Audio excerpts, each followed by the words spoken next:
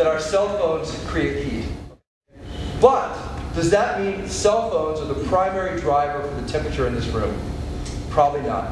The air conditioning system, whether the doors are open, our body heat have a lot more to do with it than this. So the question of CO2 is like this. Is it a cell phone? Is CO2 the cell phone? Or is CO2 more like the thermostat controlling the temperature in the room? Is it important? Is it the main driver of temperature? Is it a driver of temperature? Is it an irrelevant driver of temperature? And there's kind of three ways they've tried to get at that. I'm going to deal with each of those three ways.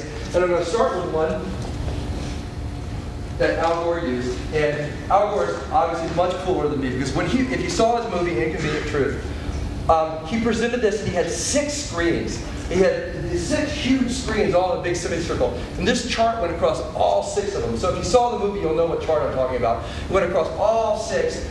And this, for a long time, was the smoking gun of climate. And I have to tell you how this is done. We want to go back and look at climate thousands, hundreds of thousands of years ago, but obviously the Geico caveman did not have a thermometer in his cave and wasn't writing numbers down on the wall. And so we have to have a different way of doing it. And the way we do it is we look for natural processes that layer themselves.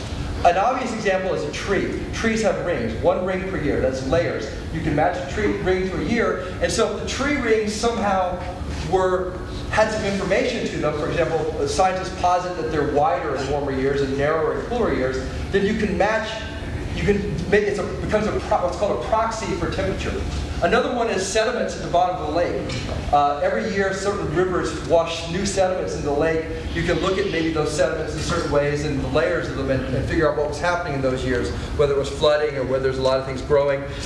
Stalactites and stalagmites are another one that layer. But the thing that was first used is ice. Ice in Greenland and Antarctica, in places where the ice doesn't melt, you can actually drill these cores through it, just like the oil company core samples. And you can go in and you can match different layers to different time periods and take samples. And they can actually, in those samples, figure out what temperature the ice was laid down as. And how they do that is actually from an isotope analysis of oxygen, which I'm not going to get into, but you can look at the ratio of 2 oxygen isotopes to infer how cold it was when the ice was laid down. And then they actually take samples of the gas bubbles to figure out how much CO2 was there. They came out with this chart, and boy, does this look like what I just said. This doesn't look like the cell phone. This looks like CO2 is the main thermostat of the planet. When CO2 is up, I mean, these two, as Al says in the movie, these two fit together. It's just unbelievable. You never see data correlate this well. And so this was the smoking gun. That's why Al used it a lot, Gore used it a lot in his movie. But we got better at doing this analysis because I said it was annual. We really can't take annual layers of the ice. We're not that good. We take slices that represent like 1,000 years or 2,000 years. But we started being able to take finer and finer slices. And one of the things we found as we took finer and finer slices is that these two curves weren't exactly matched. That in fact the temperature was rising 800 years before the CO2 was rising. That provides a causality problem. That's like having a body hit the floor, and then 2 minutes later, the suspect firing his gun. You know, it's a causality problem. You know, so the temperature is rising before the CO2, and so we don't use this analysis really a lot as a smoking gun. And I suspect that Al knew it too, because instead of saying proof, end of movie, I'm done, QED, he says something like, and you have to watch his words, but he says something like, well, the relationship is complicated, but they all move together all the time. Well, that's a really wimpy way. If you have a chart this decisive, that's a wimpy way to present it. Come on. And the reason is because I think he knew this by the time he made the movie. And so now what we think happens, just so you can understand it, is the oceans actually hold far more CO2 than the air does. The oceans have a ton of CO2 dissolved in the ocean. And so when the oceans heat up, they release CO2 into the air. And that's what's happening here. Oceans heat up, boom, CO2 comes out of the oceans, boom, CO2 goes up in the atmosphere. Okay, number 2. There's a second way to try to show that CO2 is the primary driver of the warming we're seeing. It's going to be the hockey stick. You've heard hockey stick.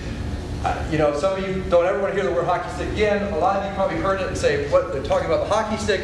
Let me give you some background. Back in our naive days, back before we knew that CO2 was driving everything, actually the IPCC itself came up with this chart. This was a temperature reconstruction over history for the last, not hundreds of thousands of years, but 1,000 years. And you have a medieval warm period. This is a little late. We actually think it's earlier than this. But at the time, they had a medieval warm period around 1200. They had a little ice age in the 1600s and 1700s. And they have temperatures now which critically are not higher than they've been even in the last 800 years. They're not particularly out of bounds, particularly because, I don't know if we have any history teachers in here, but it's hilarious when I listen to European history, I listen to these books on tape, and the professor always has to say, okay, I know it doesn't fit your intuition what you've been taught nowadays, but high temperatures in history always mean bountiful crops and abundance and prosperity.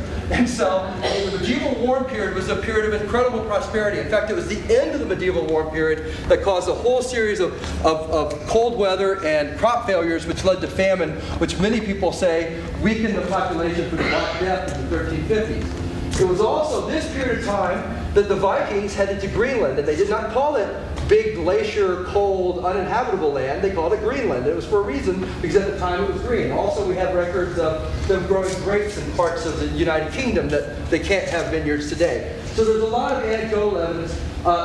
There's responses to that. Folks say, well, that's just European. The rest of the world didn't have a warm period. We can talk about that. The Little Ice Age is pretty well known, too. It actually corresponds to a thing called the Maunder Minimum. That was a time when the sun really went dormant.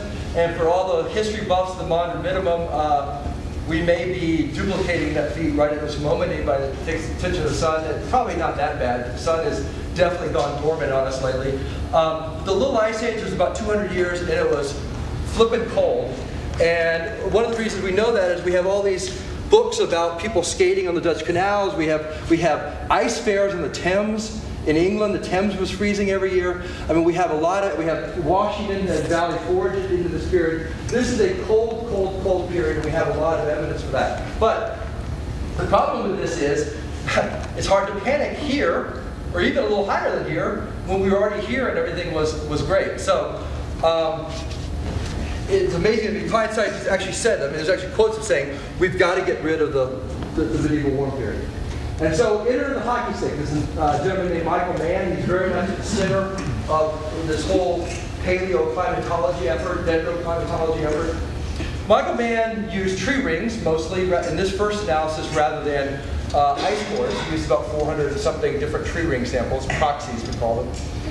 And he discovered a couple things. He said, there's no medieval warm period. There's no little ice age. And temperatures have been astoundingly constant until we started burning fossil fuels and it looked up like that. And so, and I would agree, if this was the true picture, one would say, gee, maybe we are doing something unusual to the climate. Maybe there is an inflection point here, because it sure seems like things were awfully stable until we started burning stuff. But this analysis has, I really don't want to spend a lot of time on this. I really should, because you've probably all heard of the hockey stick, and it still gets a lot of press. But let me just say that I have a lot of respect for climate scientists.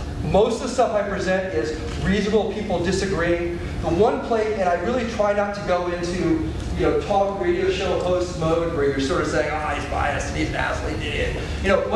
But the one place where I almost fall out of my nice academic friendly mode is when it comes to these hockey stick analyses. Because really there's several things in here that just in my mind are very close to fraud. I won't call it fraud because I don't want to get sued, but I mean, it's very close. Let me give you just a couple examples and we're going to move on, okay? But because it's not that compelling of a piece of evidence anyway.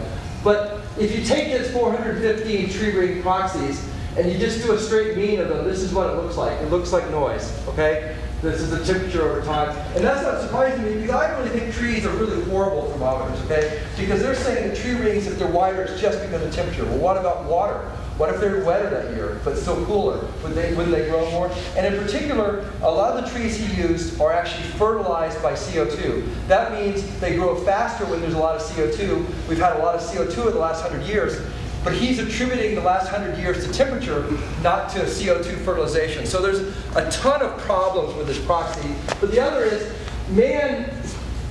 these guys, McIntyre and Kittredge, who are two Canadians, have been after man for years. They follow him. These guys have been involved in Congress and everything. And I find their arguments compelling. I've read them in great depth. And basically their argument is, to put it in a nutshell, that man is inventing his own statistical tools. He's really inventing a set of tools to average this data in new and different ways that no statistician on this planet has ever seen before. And there's a lot of questionable things. And